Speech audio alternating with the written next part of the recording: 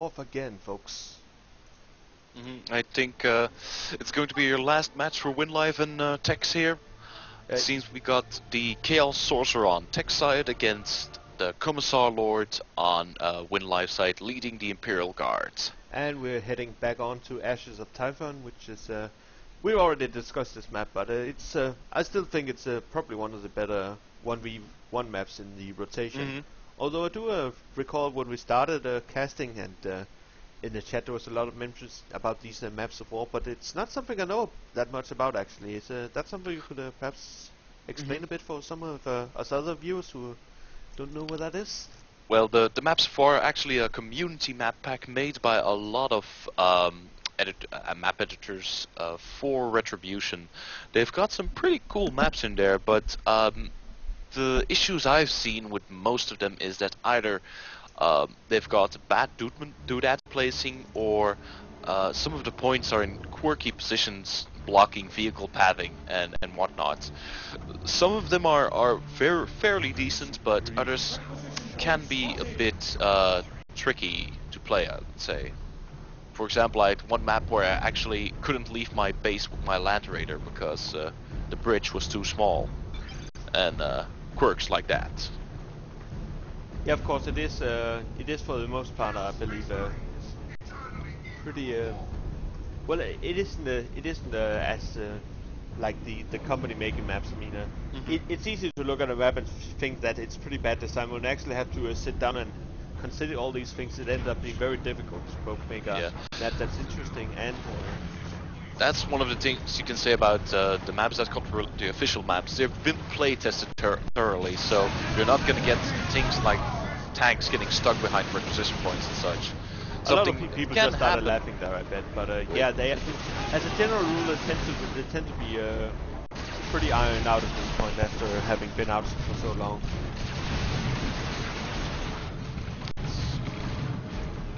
Bit of an early harassment attempt. Yeah. Seems we got our standard openings here: 2 Guardsman squads and a Sentinel from the Imperial Guard, and 2 Heretics and a Chaos Space Marine squad from the Chaos Sorcerer here. Probably going to upgrade those Heretics with grenade launchers as soon as possible, as they are crippling to Imperial Guard players. Yeah, I think a lot of the Chaos players tend to go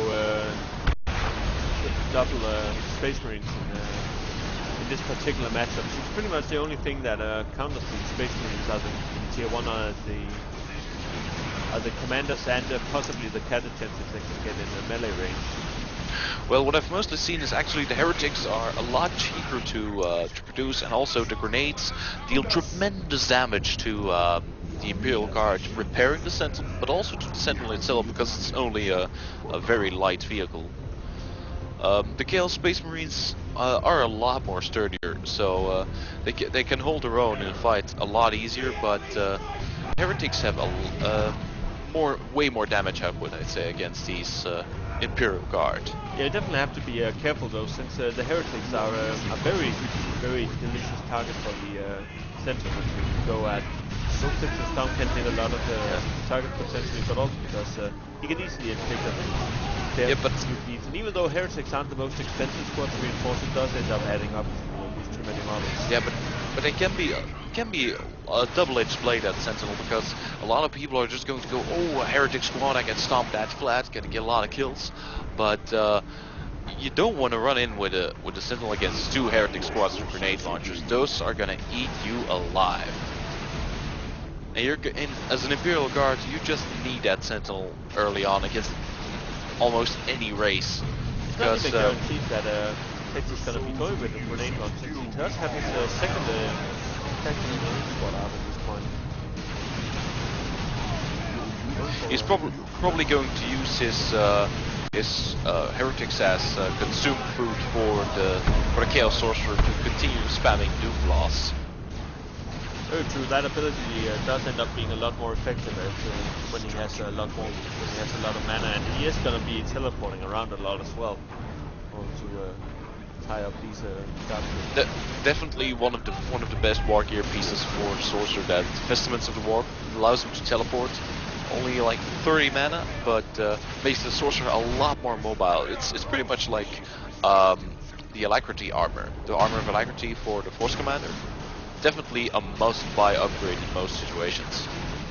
Yeah, I mean, and even the Force Commander, the Artificer's armor tends to at least be bought sometimes these days, but honestly, I can't even remember when I've seen a Chaos Sorcerer who didn't get the Vestments of the Warp. I ended up getting the Chaos Sorcerer as random, and I just realized when I started playing him, I had no idea what the heck his other armors did. I mean, apparently one of them has a range reduction shield, and I can definitely see why that's not being used all that much. It's usually not that much of a problem for Chaos, but it is kind of weird that it's pretty much been universally accepted that no one's been using that. Yeah, the only other armors the Chaos Sorcerer has to its availability is the second armor causes the Chains of Torment, while the third gives him the demonic armor, demonic shield, I think it is. The main issue with the Chains of Torment, although it ties up a lot of squads, it can be focused. It's actually a doodad that you form, which can be easily focus fired, reducing the spell to nothing. Aside from that, you can easily also retreat out of it, so it's not that effective at all. The Demon Shield, on the other hand, is it can't distinguish friend from foe, so it can easily be taken advantage of by the foe as well. Plus, it's a rather small area of effect that it's supposed to protect. Yeah, you can pretty much, if you have, for example, two Chaos squads, you can almost barely cover them, and then they can't really move away from that spot at all. And it's only around 20% damage reduction, so I can definitely see why that thing isn't being used. It does still seem rather peculiar that it's... honestly, there's been a lot of cases where a lot of players end up going for the one thing, such as the situation where, for example, the Commander Nobs only got extra equipment in their armor slot as well, and that's still a problem. But that was at least nerfed a bit. But this has pretty much gone overlooked, and I haven't really seen a lot of forum posts around mentioning that the other Chaos Sorcerer armors could probably use something either a bit more beneficial, because I don't think the teleport needs to be nerfed. I honestly think the others just need to provide a viable alternative.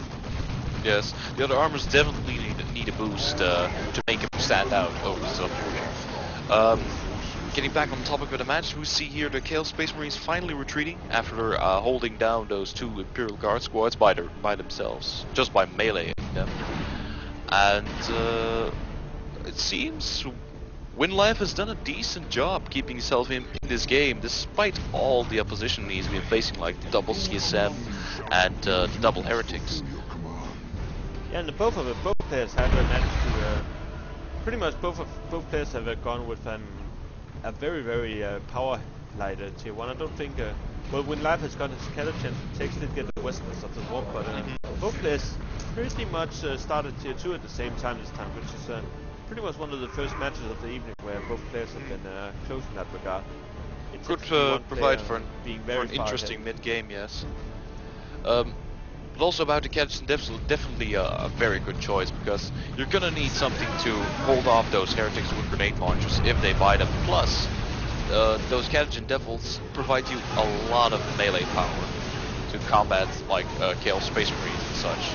Yeah, it can be difficult to get them into melee since you don't have a charge in particular, but they can be very powerful indeed if you actually end up succeeding. I do think, however, the Lord Commisar is probably the one who Scimitar is the least with them, as since Inquisitor can stealth, which makes him much better at getting into melee, and of course the Lord General has his med kit, which helps him to go through. Also, since they got the Bionic Eye and the Execute, you can see that when one Heretic squad is worshipping for the Chaos Sorcerer, it only makes surrounding units invisible, but if two Heretic squads are worshipping Cheese, I think that the name of the god is, they both get cloaked as well, so you can really set up some nice traps for the foe. Yeah, it also allows him to actually, if for some reason he needs to approach some area relatively stealthily. Thing is, you can hear the summoning sounds, and I think you can see the symbol on the ground as well. But it is possible to alternate the worships and actually creep ahead somehow. does take quite a bit of effort, and normally it really doesn't pay off, but it can let you in just a little bit closer before you open fire, which can be very useful. It seems Tech is opting to upgrade both his Marines with the machines. Definitely one of the most powerful upgrades against the Imperial Guard, as both you can see that thing just melts the Sentinels. There's a tremendous amount of damage to as you can see, it was only a single squad and lost over 75% of its HP easily. Those Imperial Guards, they ain't gonna stand up against that firepower as well, unless they get plasma guns, of course. Well, a bit of Chimera support as well. Ooh, that was one hell of a smoke grenade there. Yeah, that's one issue when you're fighting near the crater. Throwing weapons can really get caught up in that wall there, that natural rock formation. See, we got the Commisar Lord engaging some heretics down at the top VP there. This looked like WinLive ended up blowing his bomb on the retreat path. It didn't really seem to be doing any kills, but I do believe Tex at one point mentioned the traps, and he has got detectors out of both his he actually only has a champion in one of his heretic squad. I figured he would have on both. Since the traps are incredibly effective against heretics without True, but he only really needs one heretic squad to capture that bottom VP. The other heretics can be used to repair or even just capture some of the less hostile points. We'll keep it at that. Because a heretic champion does cost 30 power. That's a real big investment. We can also see that it was actually 35 for some reason. You can also see that although he was upgrading his staff there, the Sorcerer, he switched it out for the icon of Jeans and got some Plague Marines as well to counter that Chimera. So have a bit of sneakiness going on here. There's only one squad of heretics worship, and they're just getting burned down really bad. There's the curse of seeds up on those guards. Yeah, if we can focus down some of those mauls, they're going to explode and deal hefty. There it is. Oh dear God. That's even though the icon of Jeans spell doesn't inflict damage on its own, if you can focus down some of those mauls, they're like ticking time bombs. It's even better. I do dare to say better than the Touch of Nurgle. This icon of these used to be horrendously overpowered. Like one model and that would be over. I think it was nerfed a fair bit, but the guardsmen are just they are just the perfect target for that kind of thing. Guardsmen and Tyranids are really suffer from that icon a lot. Yeah, it's actually been a long time since I used it. Ever since it got nerfed, it really seemed to fall out of favor. But that right there definitely proved it can still be extremely useful. That was almost 2 guardsmen squad wiped in a single chain explosion. Definitely. Looks like a Commisar is getting decked out now. He has the Power Fist and the Recklessness, which are pretty much also his standard things. For some people opt to wait for the tier 3 for the better Power Fist in that regard, but I definitely understand getting the regular one since the only benefits the Fist of Brockers has is the ability non-shell fall, but damage-wise they're actually both the same. Yeah, exactly, and the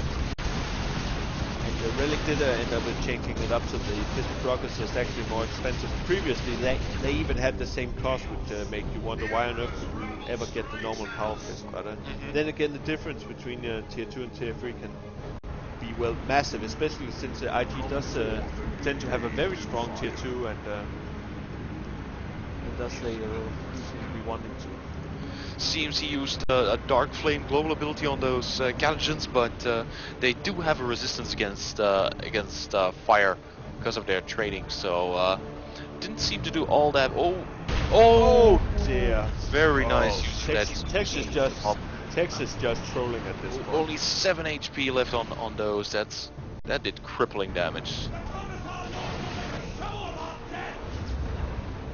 Definitely some very nice combos going on there. I was actually wondering what the icon of Zinx actually does a bit of Doesn't it do a small dodge? He actually cost the symbol and then was able to chop one of the models up with his sword.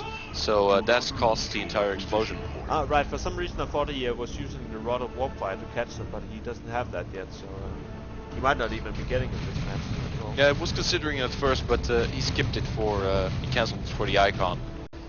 Looks like WinLive is opting for the Flak Jacket, which is going to allow him to start executing models of the Chaos Space Marines.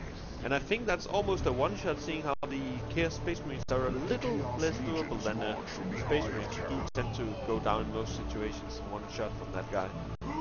Of course, it does mean he's going to have to be very conservative about his armor, which is, well, pretty much 3 seconds of focus fire from those Chaos Space Marines are going to eat up all his energy. Yeah, with that Flak Jacket, he's probably not going to use the shield all that much, because he needs the power to execute the foe. Yeah, and as long as he is with the main force, he is going to have a decent amount of staying power with the recklessness, though he still needs to be careful, since it does heal him at intervals, so he does end up risking being burst down if there's not a whole lot of pieces near him.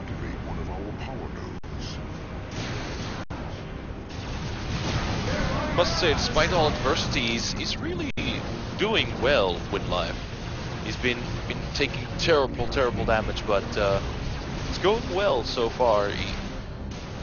Yeah, he still manages to retain a decent amount of map control, and he's doing a good job at keeping his lower victory point away from those heretics. Almost kills the entire squad with a good use of these catapult squads, although they're gonna have to be careful now, since we do have a second heretic squad coming down. They have the leader, and I don't think WinLive has seen it. These guys are no, he hasn't seen it. He's probably trying to cap that bottom, that top. Oh, there we go. Yeah, he was probably warp focusing fire on the battle up top. That warp fire revealed that his catechins were in peril there. It does look like he got out relatively safely. Only one model loss from that. And did end up almost killing an entire heretic squad. Again, I'm surprised that Tech's risk going down with this non-champion heretic first. As mentioned, if WinLive actually had planted a catachin booby trap, it could almost one-shot a heretic squad without the champion.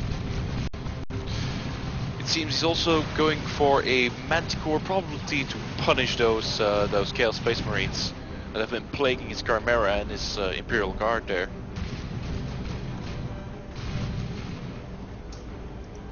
Because he's really going to need something to drive those off while he focuses down the Plague Marines. Yeah, it's going to be interesting to see. He probably knows at this point that all of Tech's attention is focused on this power battery, so Manticore will probably not do anything. We better not get too close. Oh, he's gonna have to be real careful about that. This could be a huge mistake for him. Oh, another Icon of Genes. Doing a ton of damage, and those guys very easily dodge the Manticore. And now it's gonna get shut down by these Plague Marines. Yeah, I honestly think that thing is gonna go down from that already. This can see. Definitely a big probably mistake. had the rally point up between the. Oh, he's using the flare to reduce range of the Plague Marines. He's better play that squad. Time, and there's the cavalry coming along. Else he's going to lose that Manticore. Yeah, he does, however, try to force melee. There's the explosion. Oh, that's there we go.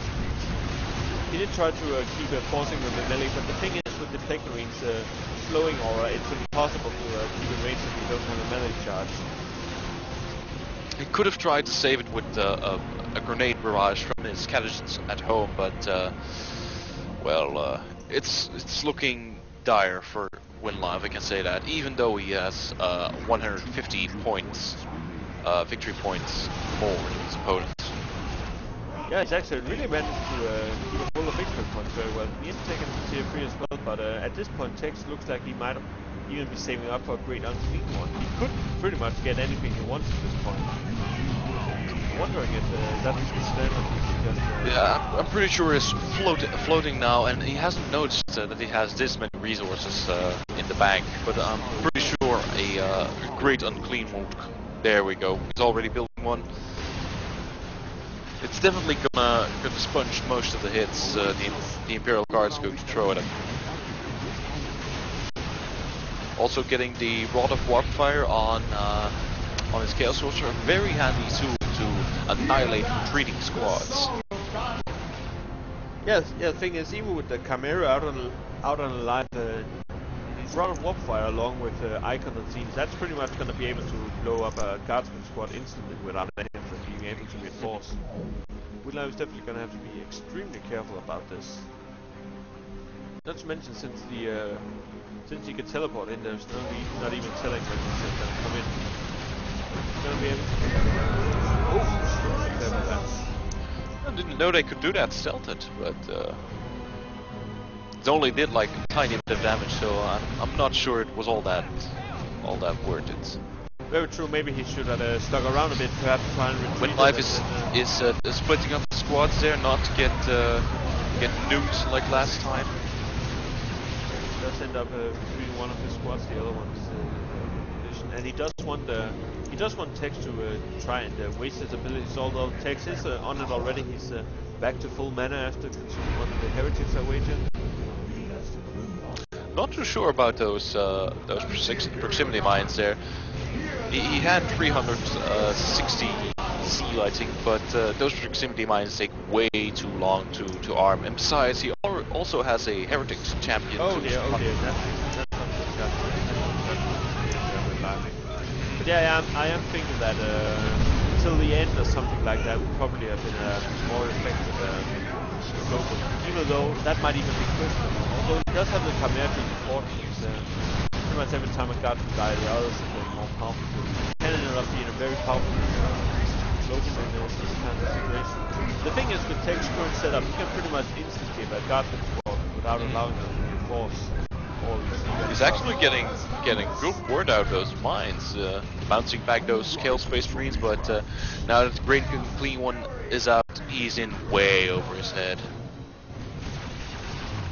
Yeah, although pretty much any unit can do something with standard damage to Great and Clean one, it's going to take a lot of focused firepower to take it down. Usually, and then a proper anti-vehicle squad at the very least.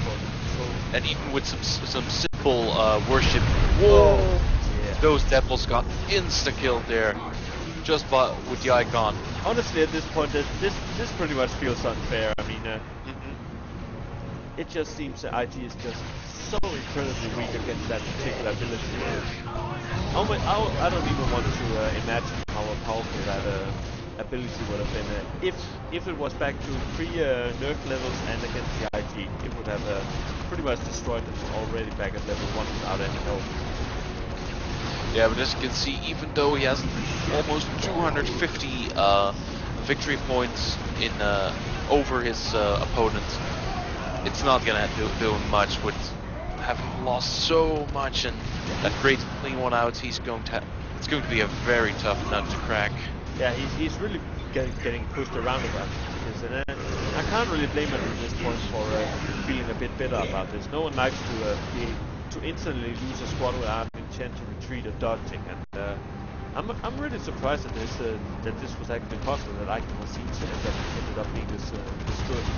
Yeah, but the thing is with the Rod of Warpfire and the Icon, a very good combo, but you need your Sorcerer at full mana to actually pull it off, or you'll have to actually consume a heretic before you're able to actually do the combo outright.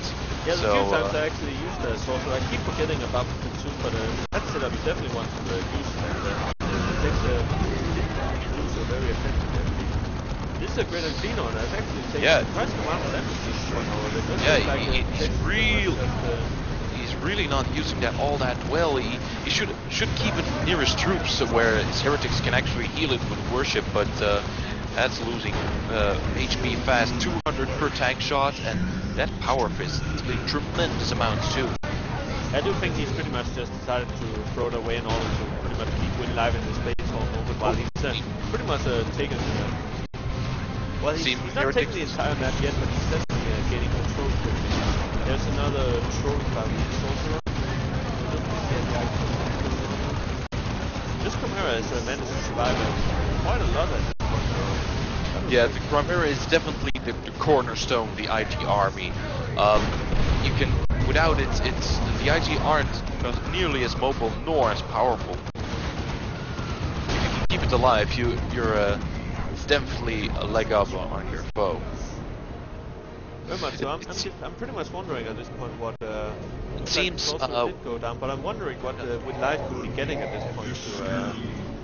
It seems WinLive also lost one of his Imperial Guard and is about to lose his Commissar Lord there. Oh, yeah. Oh, he's gonna have to be careful those sneaky. I'm pretty sure WinLive is gonna throw in the towel at this point. He's taken so many losses. The thing is, I'm wondering if Ogres would be viable for him, since there is two scenes Marines out and with the Sorceror who's trolling about. They would have a hard time getting in melee, but he really needs something to tie up those bakeries at this point. Yeah. Oh dear, looks like we have a drawing a stunning circle. Those are going to be the end of that Legion Russ if he doesn't get out quickly.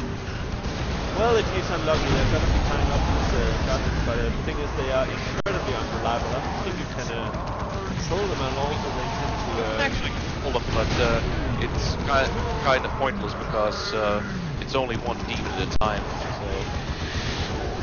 Yeah, the blood sacrifice is definitely a much more dangerous, but this global can be very useful in a pinch if you absolutely need something to back away from the same point.